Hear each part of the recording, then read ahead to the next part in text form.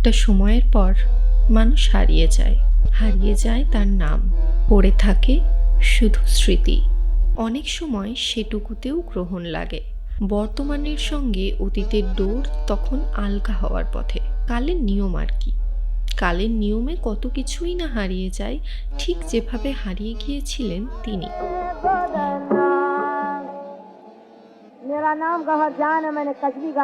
এই শহর তাকে মনে রাখেনি তার কোনো চিহ্ন।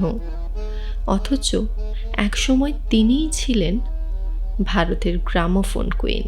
আমরা এখন দাঁড়িয়ে আছি ঠিক নাখোদা মসজিদের সামনে। এখন থেকে ঠিক 200 বছর আগে এই জায়গাটি পরিচিত ছিল গওহর জানের পাড়া নামে। হ্যাঁ, গওহর জান ভারতের প্রথম রেকর্ডিং স্টার, যার জন্য এদেশীয় সুখী গৃহকোণগুলিতে পসার বেড়েছিল গ্রামোফোনের। আমরা দাঁড়িয়ে আছি সেই গওহর জানের বাড়ির সামনে। সেলিম মঞ্জিল, 4 তল বিশিষ্ট, জরাজীর্ণ। এদিক ওদিক থেকে পলস্তরা খসে চুনকাম বেরিয়ে পড়েছে। বাড়িটির নিচে খানকতক দোকানের সারি, মধ্যিখানে একটা সরু অন্ধকারময় পথ লম্বালম্বি ভেতরের দিকে চলে গেছে, এবং ঠিক তার পাশেই বাঁদিক ঘেঁষে রয়েছে মঞ্জিলে প্রবেশের সিঁড়ি। সেলিম মঞ্জিল, এই বাড়ি একসময় সাক্ষী ছিল তথাকথিত পুরুষতান্ত্রিক সমাজের দম্ভকে নস্যাৎ করে বেড়ে ওঠা দামাল নারীবাদী সাম্রাজ্যের। উনি আগে মেটিয়াবুরুজে নেমেছেন, ওইখান থেকে এসছেন। এইখানে গোলকোঠির সামনে একটা সীসা গলি আছে, ওর ভিতরে কিছুদিন ছিলেন।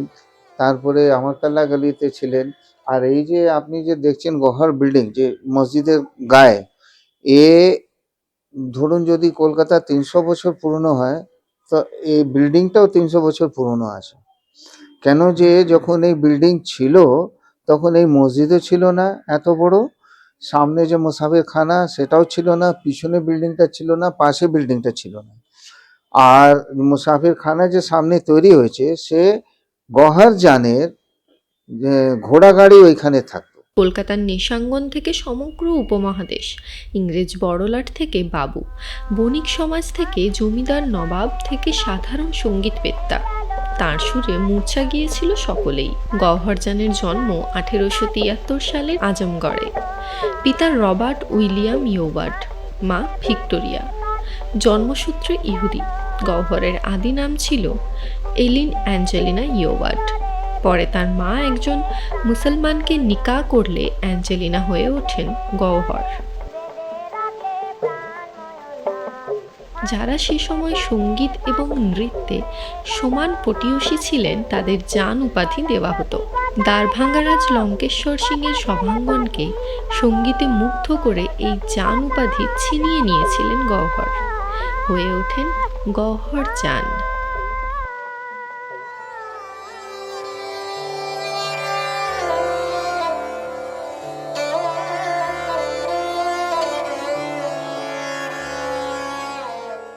গওহরের সঙ্গীত শিক্ষার হাতেখড়ি তার মা মালকা জানের কাছেই।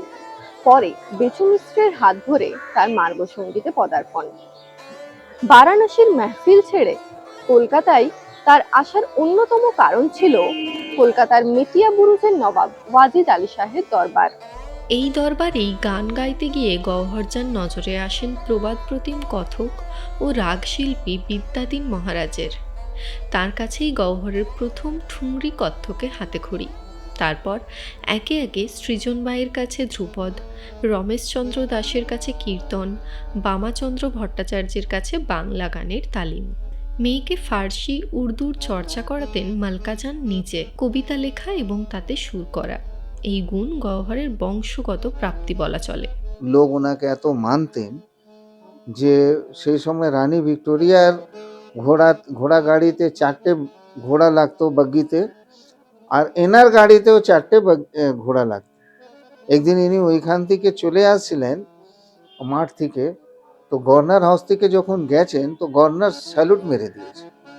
তো পাশে যে আর্দালি ছিল বলে, স্যার এ কে স্যালুট মেরেছে? তো বলে রানী ভিক্টোরিয়া। বলে না না, এ তো গওহর ভাই, এ তো গান চায় নাচ করে। বলে তাই নাকি? ওকে বলো এই দিক থেকে যাবে না কোনোদিন, আর যদি যায় 500 টাকা জুরমানা দিতে হবে। উনি এসে এখানে চুপ করে বসে গেছেন। ওনার যত মাননেওয়ালা লোক সন্ধ্যের সময় যখন এসছেন গান শুনতে, তখন বলেছেন আপনি এত চুপ করে রয়েছেন কেন? বলে এই ব্যাপার। বলে আপনি ডেইলি এখান থেকে যাবেন, আমরা ভরবো। মানে ওদের যে ফ্যান্সরা রোজ 500 টাকা জুরমানা দিত, কিন্তু ওই রাস্তায় আসতে না। সালটা 1901। ভারতে এলো গ্রামোফোন অ্যান্ড টাইপরাইটার কোম্পানি। সেই প্রথম ভারত সিলিন্ড্রিক্যাল রেকর্ডিং থেকে সরাসরি ডিস্ক রেকর্ডিং এর পথে এগোচ্ছে। গ্রামোফোন কোম্পানির সঙ্গে চুক্তি, একের পর এক রেকর্ডিং, খেয়াল, ঠুংরি, ধ্রুপদ, থামার, ভারানা, দাদরা, হরি, চৈতি, কাজরি, ভজন, বাংলা কাব্যগীতি ও রবীন্দ্রসঙ্গীত এবং স্বরচিত কিছু গান। বাংলা, হিন্দি, ইংরেজি, উর্দু, আরবি, ফরাসি, পুস্তু, মারাঠি, তামিল ও গুজরাটি মিলিয়ে সংখ্যাটা প্রায় 600। গওহর জানের প্রতিটি গানের শেষে থাকতো তার কণ্ঠ স্বাক্ষর, মাই নেম ইজ গওহর জান। मेरा नाम गौहर जान है, मैंने कजरी गाई है।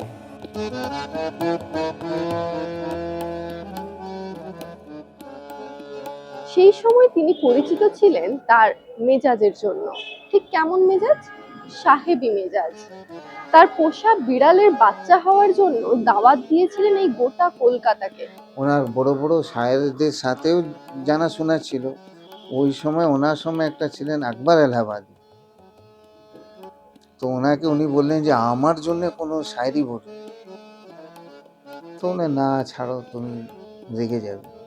বলে না না বলুন না। তো বললেন हाँ खुश नसीब ऐसा कौन है गौहर के सिवा, আল্লাহ ने उसको सब कुछ दिया शौहर के सिवा। ওনার তো নাচ গানার পয়সা আমাদের লাগবে না। আমরা বলেছি যত পয়সা বলো দেবো, তারপর নেব। উনি বললেন না আমি পয়সা নেব না, পয়সার অভাব আমার কাছে নেই, আমি এমনি দান করতে পারি।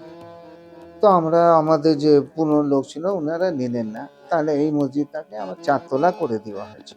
এটাও এনার নিজের সম্পত্তি না, এনাকে ওনার ফ্যান একটা শুধু যেমন মুখ দেখিয়ে দিয়েছে।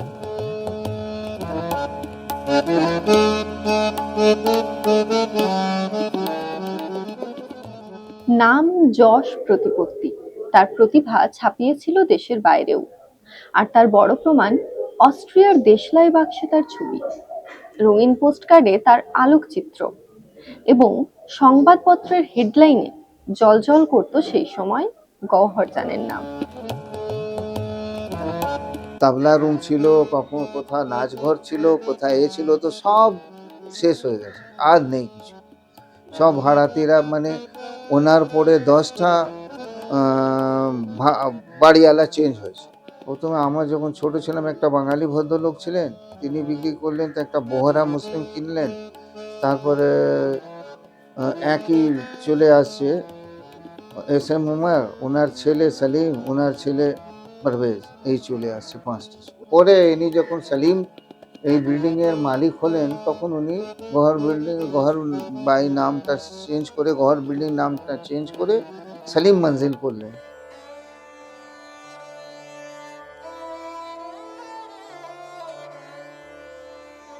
গওহর জান ঠিক যত তাড়াতাড়ি শিখরে পৌঁছেছিলেন, ঠিক তত তাড়াতাড়ি অন্ধকারের অন্তরালে মিলিয়ে গেলেন। তার নিঃসঙ্গতা তাকে তাড়িয়ে বেড়াতো। একাধিক সম্পর্ক প্রত্যাখ্যান তাকে সঙ্গীতের দুনিয়া থেকে বিচ্যুত করে দেয়। এই দেশ, এই শহর, এই সমাজ শিল্পী গওহর জানকে স্বীকৃতি দিলেও স্বীকার করেনি ব্যক্তি গওহর জানকে। বাইজি বিলাসী সমাজই বাইজি তকমায় দূরে সরিয়ে রাখল তাকে, চির উপেক্ষিত, চির অবজ্ঞার অন্তরালে। প্রায় 150 বছর পরেও সেই অবজ্ঞা বিন্দু মাত্র ঘটেনি। আর তাই গওহর জান আজ এই শহরের এক অচেনা অধ্যায়। এক সময় যে বাড়ি, যে পাড়া তার নামে পরিচিতি পেত, আজ তা বদলেছে। ছিন্ন হয়েছে তার বেঁধে যাওয়া সুরের তার। 4 তলের এই জরাজীর্ণ বাড়িতে আজ নেই তার কোনো ছবি, নেই নামের ফলক, নেই কোনো স্মৃতিচিহ্ন। কেবল পলস্তরা খসে পড়া দেওয়ালগুলোর প্রতি পরদে লেগে থাকা সুরের পরশ আর এক টুকরো শীর্ণ প্রতিধ্বনি ছাড়া। আমার নাম গওহর জান।